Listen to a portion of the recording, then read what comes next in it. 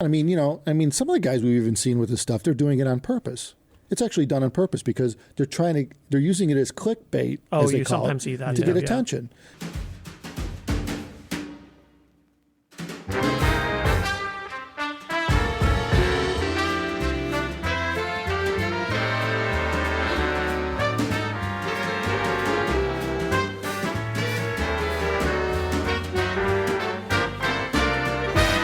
Something that's happening more and more often, particularly with the advent of YouTube being so popular and everyone watching videos. And now you've got reviewers reviewing product on YouTube, from blenders to automobiles to tires to fire retardant materials. Probably. I mean, shit. When you think about how many terabytes of YouTube videos go up every day? I mean, the number is just It's a lot. Unbelievable. I don't even know how they get them in storage. Where do they put all this They barely shit? do. They're complaining about it. I mean, can you imagine the amount needed to store all the YouTube videos that go up? It is actually a problem. Jesus Christ. Yeah, they're saying they don't make enough money to be able to do it sustainably, and they want to charge people. I could see that. Well, Elon's kicking that in high gear with Twitter. Yeah. He's going to have the same Let's problem. charge people. Same thing. Yeah. Well, they've been trying on YouTube with the premium for a long time now, and I think the uptake is pretty low. Yeah. So Yeah, because you nix the commercials, right? Right. Which they're figuring, Whoop-de-doo. you're figuring every video you watch is worth what? A nickel? Yeah, barely. Yeah, not even that probably. Yeah, so how much can you possibly avoid? But anyway, the thing is that we noticed, like, it's nothing new, but it seems to be more prevalent, is that the people doing the reviews, and this is in the headphone space because we're seeing it with our own products, the people doing the reviews are reviewing stuff that's old. And they're presenting it as if it's new, right? Like I remember seeing a review a few months ago on a Diana Phi. Well, a few months ago. Well, we discontinued Diana Phi. It was a retired model a year ago, over a year ago. But this reviewer is reviewing it as if it was new. They didn't say that it was an older He product. didn't say They didn't anything. say it was No. discontinued. Now, maybe to him it's new. That I believe. Right. He bought it used, and to him it's new, and he's reviewing it. And good or bad, the fact of the matter is that it doesn't even exist anymore as a new model. You can't go buy it, but you could buy it used. And like you said, he's not saying, well, you can only get this used because they don't make it anymore. The complicated part is it creates a lot of ambiguity. The viewer doesn't know that there is a replacement product. They don't know that this is an older product, right? So now, to their knowledge, this is the newest thing. And we see a lot of this stuff, especially on something like Diana, because it looks similar outwardly. And Yeah, I hard to guess tell. 1266 too, really. Right. There's a lot of people that don't know there's been 4 evolutions of 1266, and there's big differences. We've had quite a few people that think the regular OG 1266 is what we're shipping now. Right. You still got people looking for those, actually. I mean, it's not common, but it does happen. It's not common, but it happens. And that's sort of an issue because people like this go online, they leave comments, they say other things on, they go on forums or whatever, and it creates even more confusion and ambiguity, and it kind of spreads. So you get these issues where people go around thinking that this is the current product. They think it's whatever. It hasn't changed in 6 years or something like that. But all these iterations occurred. And it's kind of difficult to be clear in communication on this. Now, to be clear, these tend to be more or less amateur YouTubers. These guys just started. Yeah. They have not a lot of subs. Yeah. But the fact that they're not clear about it, just, it makes them look bad, right? Because people in the know are going, what the hell is he talking about? This thing, they already got another model, And well, it makes everybody look bad. Yeah, well, that too. I mean, and it creates a lot of confusion. If he puts it in a negative light, like, oh, this doesn't do this, it's like, well, yeah, but that problem was solved 5 years ago, and you're talking about something, that's old.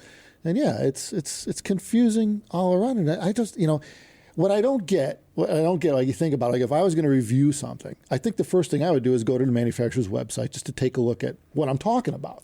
Like, let's look at the specs. Let's look at how they describe it. Right? Wouldn't you want to look at seems like a reasonable thing to what do. is it available? How much does it cost? Right. I mean, I do that. I would think you'd instantly realize it doesn't even exist there anymore. There is one place where that becomes very difficult. Apple. iPad, when they started doing just that iPad, is confusing I'm as like, well. yeah, but I don't know which one. Yeah. It could be like one of like 5 generations. Right.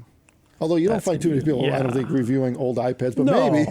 But I'm just saying. I guess there's so many reviews of that I wouldn't even know if it was old. I've never even looked at a review on anything like that. So at least the look has changed now. Like the latest gen iPads are different, a bit different look. You can kind of tell. It's a bit different. When people are looking at a headphone, reviews are important a lot of times. And the trouble is you expect, to some extent, that the reviewer is going to be educated and informed, hopefully more so than you, because you're watching their video to try to get educated on the matter, right? And the reality is, because of how accessible things like YouTube are now, it's easier than ever, and you're seeing more reviewers than ever reviewing products. And there's nothing wrong with it. There's nothing wrong with reviewing an old product. But it's common that they don't make it clear that this is a product you could only buy used. If this is a product that was discontinued years ago, that changes occurred. And they often lead misleading or incorrect information. I don't have any problem with even like a negative review. I don't consider that to be a problem. The problem is when people say things that are factually inaccurate. Because what happens is it continues to spread, and it's impossible, pretty much, for the manufacturer to do anything about it. You have no control what people say online. Yeah, I mean, some of the guys we've even seen with this stuff, they're doing it on purpose. It's actually done on purpose because they're using it as clickbait. Oh, as they you call sometimes it, see that to get attention. And I mean, they could look as honest as the light rain of the day, but the reality of it is, they're nice and they're sweet and they got a nice voice.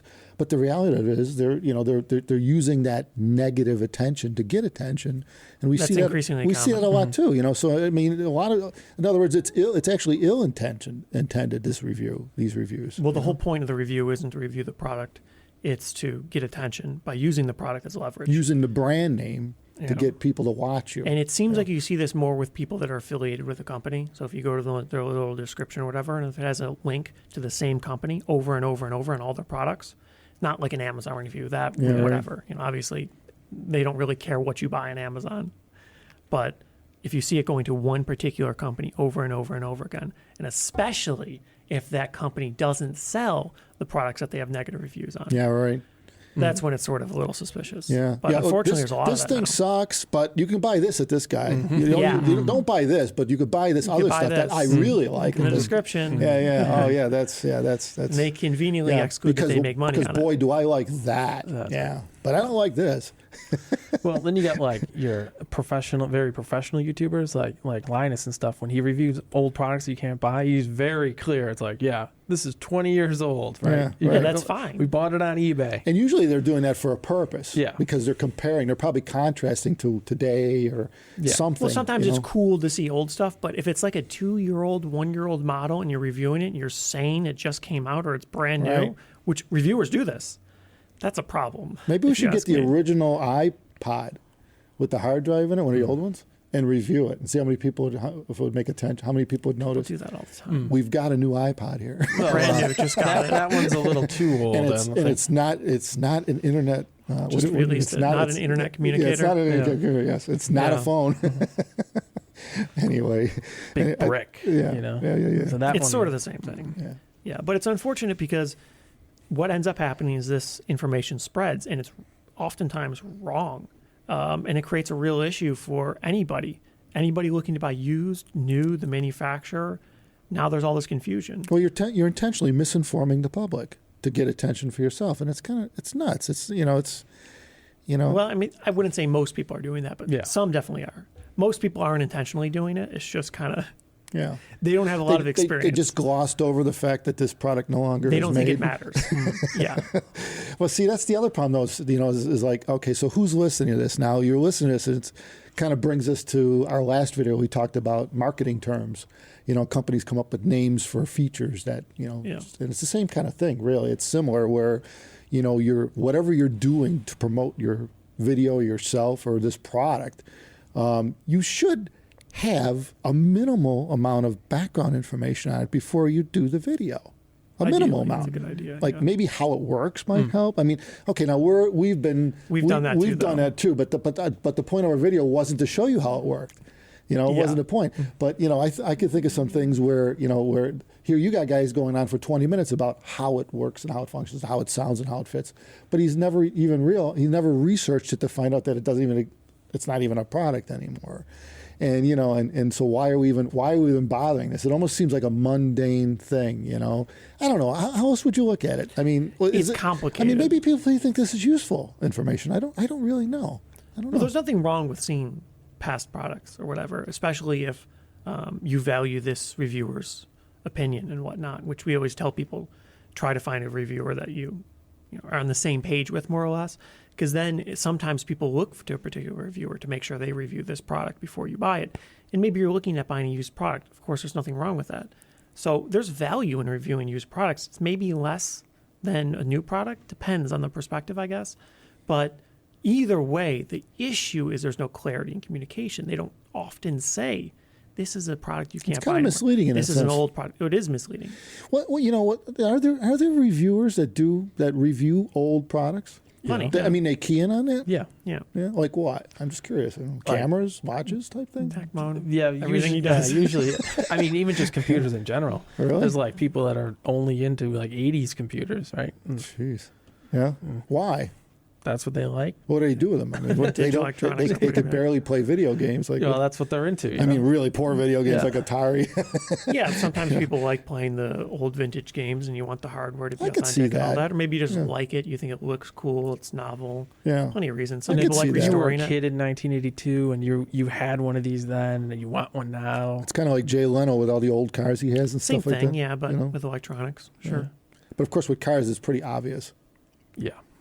It's old. Yeah. You could just look at it and go, oh, Well, it's the same with electronics. You look at it and you go, Yeah, right. oh, yeah. this is Well, old. that's true. Yeah. Yeah. Most stuff. Yeah. Yeah. You see it. Yeah. But when you're 80s talking about a IBM. year or two, Tube amps are an exception. that's the worst case scenario. When you're showing a product that's like 2 years old, for example, Right. it'll look pretty modern, Right. but you can't buy it Agreed. anymore. So it's like, Right. it's questionable. It's a gray area, I guess. Yeah. And I guess that's sort of our issue.